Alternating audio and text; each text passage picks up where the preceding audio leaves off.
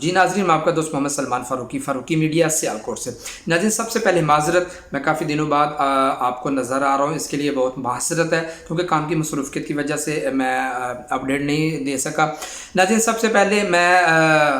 Sweden پہ جو قرآن پاک کی بے حرمتی کی گئی، میں اس کی پرزور مذمت کرتا ہوں اور اپنا احتجاج بھی ریکارڈ کرواتا ہوں۔ اس کے بعد بہت سارے علماء نے، بہت سارے لوگوں نے اس پر بات کی، بہت سارے لوگوں نے احتجاج بھی کیا، لیکن آج جمعہ المبارک کے دن جو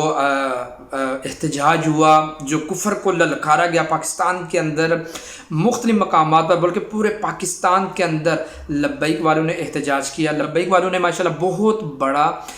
مارچ کیا اور کفر کو یہ بتا دیا کہ آپ لوگ جس کو شاید یہ سمجھتے ہوں گے کہ پورے پاکستان کے اندر عمران خان کے چاہنے والے، یا نواز شریف کے چاہنے والے، یا دیگر پارٹیوں کے چاہنے والے، یہ مطلب یہ سارے جو آپ کے غلام ہیں، شاید یہی مسلمان ہیں۔ لیکن لبیک والوں نے آج مارچ کر کے آج کفر کو یہ للکارا اور کفر کو یہ بتا دیا کہ الحمدللہ پاکستان کے اندر اگر حافظ قرآن موجود ہیں تو الحمدللہ محافظ قرآن بھی موجود ہیں۔ اور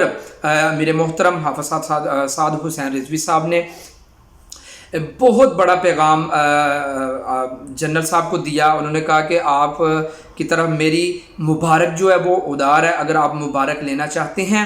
تو آپ قرآن کے تحفظ کے لیے اقدامات اٹھائیں، قرآن کے تحفظ کے لیے باہر نکلیں۔ ناظرین، دیکھیں اگر دیگر پارٹیوں کو دیکھیں تو ماشاءاللہ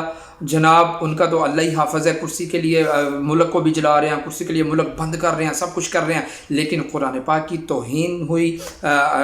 گستاخی کی گئی، کسی کا کوئی دھیان نہیں، کسی کا کوئی بیان نہیں، کسی کا کوئی احتجاج نہیں، کفر کو کوئی للکارا نہیں گیا۔ کیسے للکاریں گے؟ کیونکہ یہ لوگ تو ان کا کھاتی ہیں، یہ لوگ تو ان کے دھر پہ جناب میں کہتا ہوں کہ بس سجدہ ریز ہوتے ہیں، بس انہی کے گیت گاتے ہیں۔ وہ کیسے؟ اسی لیے تو وہ گستاخی کرتے ہیں کیونکہ ان کو پتہ ہے یہ پاکستان کے اندر جو بڑے بڑے حکمران ہیں یہ ہمارے غلام ہیں، یہ کچھ نہیں بگاڑ سکتے۔ اسی لیے تو وہ سرکاری سطح پر